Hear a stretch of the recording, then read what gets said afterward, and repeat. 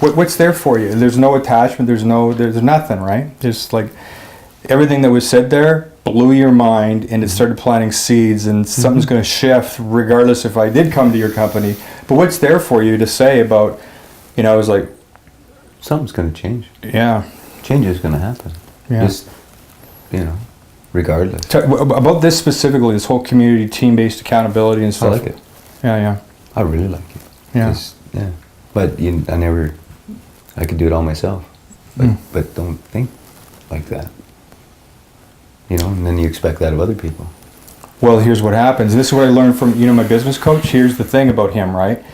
He builds multi-million-dollar businesses and then sells them. And the key to and other business coaches go to him, right? Wow. He knows my work, so he's just like, whatever it takes, he's just going to keep doing That's it, awesome. right? But the whole thing is about what he says is it's about building duplicatable and replicatable businesses that don't require you.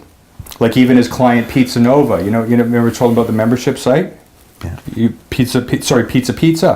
He says, Scott, here's why what I do for Pizza.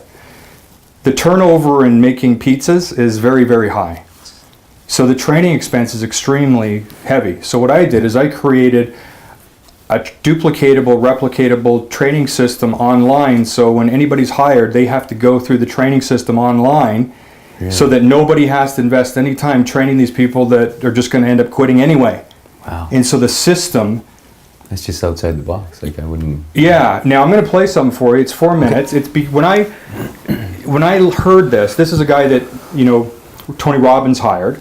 So what happened was Tony Robbins, realized that he was not making it, something was... So what he did is he went to these young internet guru entrepreneurs to find out how marketing now needs to be done, because everything he was doing got him so far, but it was not working anymore. Yeah. Right? It was like he was stuck. He's still successful, don't get me wrong, but meanwhile there are these guys that are, in their 20s, 30s making like $24 million in one day on a product launch. And anyway, I listened to these guys. I'm always learning. I'm always still studying the future of how sales processes are done. Mm-hmm. And after listening to, 8 hours of these different people, there was one thing that I said, this will be standard practice in my organization to deal with the problem that I have, which is I'm an asshole. I hate manage people. I don't have patience for them, and I can't handle it. Right? So same problem you got, I found a way. How do I deal with my humanity? I'm not going to change. I even tell people I'm an asshole. If you come to work for me, just know that I'm impatient. I can't stand it. You better take notes, because I do not like training the same thing twice. In fact, I just fired an intern that's a business graduate. She's got a business degree from York. She's going to just fired her. You know why? Some of these people are so fucking trained, but they don't care. They're just putting in the time. Yeah, exactly. And even though I got her for free, she ain't worth it. Sorry, you're costing me more money because I have to actually be with you, wasting my time, and my time's worth $400 an hour. It could be worth more. Well, it is. It's at least that, is what I mean. I know it's worth at least that. So I have to start with the very least. Exactly. In my heart, that's the very least it's worth. But that's correct. Yeah. So check this out. Imagine you had this thing happening. Now, this is like... So you got no drivers other than maybe Bernice. Exactly. Yeah. So what we could do is, like what I see could happen, right, is let's just say, and I don't know exactly what it looks like, just like I didn't know what it was going to look like here, but this is just one possible way. Let's say one day, well, first of all, I would do some type of a video, because you wouldn't be able to communicate what's happening as well as me. So I'd communicate something while we're here right now, and I'd say something, and we'd do it together. Then I'd edit the clip, and you say, that's good, that's good. And it's me talking to your staff saying, whatever we're talking about, right? Yeah. And then I'd say, the reason I'm coming in, would like me to come in, is because of what you told me, which was that the thing you're most committed to is that your staff are happy, and that you're standing in the way of that, and you kind of want to make amends to them by, really supporting them in their well-being. And you thought that, me coming in, I could, I could really be of service to them, spend a day with each one of them and work on what's important to them, regardless if it's business related or not. It's kind of like a give back well-being thing, right? And so what I'll do is they'll be very comfortable, and I'll listen to what they like to do, what they don't like to do, and all that. And I'll do like each person a day, you know?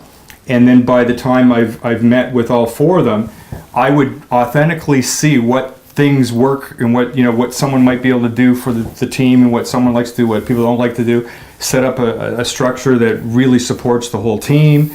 And then, you know, on the final day, we all come together. What we'd start as a team first, a little bit as a team, like we spend some time with them so they get to, you know, be with me and you, so they know that there's nothing weird here. Because the thing that could be in the back of their mind, but it won't be because of me, because people can read me and they know it's safe, is I would promise them that, you know, whatever you say, it's absolutely confidential, and I have an understanding with you, with your boss, and he understands that. I'm not going to use anything against you. I'm coming from a place of really wanting to understand what you like, what you don't like, and, you know, he even wants you to feel comfortable to say things that you don't like about him, and I won't say it back to him unless you want me to, and it's all good. And because what what your boss is committed to is he's understands that he's impatient, he doesn't like training, and he's sometimes killing your spirit, and he totally doesn't want to do that. And exactly. you know, and so he's surrendered to allow me to come in and really make this work and have you guys actually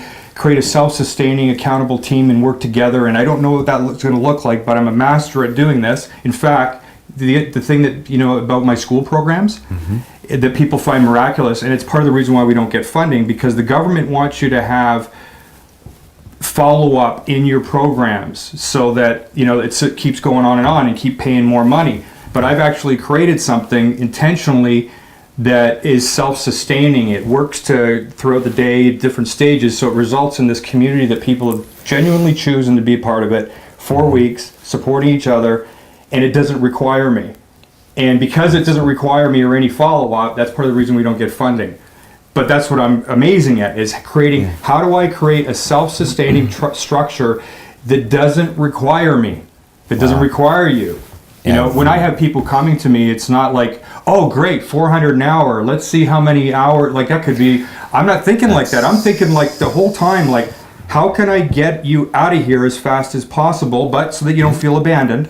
But my intention is always high level integrity, to not abuse this. I don't want that. I don't even like it. I don't enjoy it. I like empowering people to succeed without me, as fast as I can possibly do it. Anything else than that, I hate it. It's not even enjoyable. Yeah, I never thought of that.